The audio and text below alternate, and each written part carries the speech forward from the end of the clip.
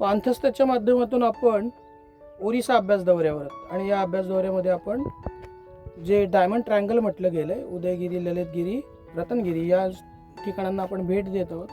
आणि या भेट देत असताना उदयगिरी ही पहिली आपण मॉनिस्ट्री पाहतोय.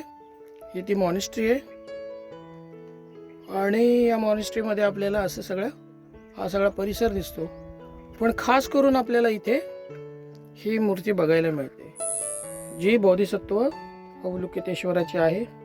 आणि खास करून ही मूर्ती पाहण्यासाठी इतकाच दूरवर का आलोय, त्याचं कारण याला 4 हात आहेतच, त्याच्याबद्दल काही शंकाच नाही. पण खास करून याच्या चेहऱ्यावर सर्वांनी जर नीट निरखून पाहिलं तर याला 3रा डोळा देखील आहे. 3 डोळे मांडण्याची कन्सेप्ट ही बुद्धिझम मधून आहे, याचे हे हा साक्षीदार आहे.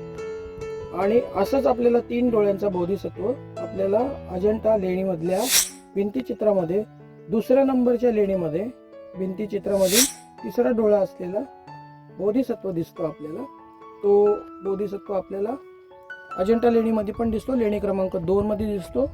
आणि काही लोकांना बोधिसत्वाने घातलेल्या गळ्यामध्ये घातलेली ही जी माळा आहे मोत्याचा असतो तो.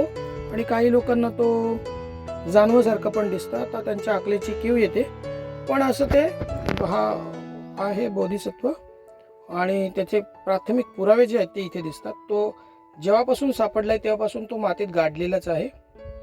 आणि त्याच्या हातामध्ये माळा देखील आहे. जे कोणी म्हणत असतील, दावा करत असतील की माळा आमच्याकडे आहे, तर त्याचे ऐतिहासिक पुरावे म्हणजे आर्कोलॉजिकल एव्हिडन्स आपल्याला दिसतात इथे. तर असा तो बोधिसत्व आहे आणि त्याचे हे फीचर्स आहेत. ओके.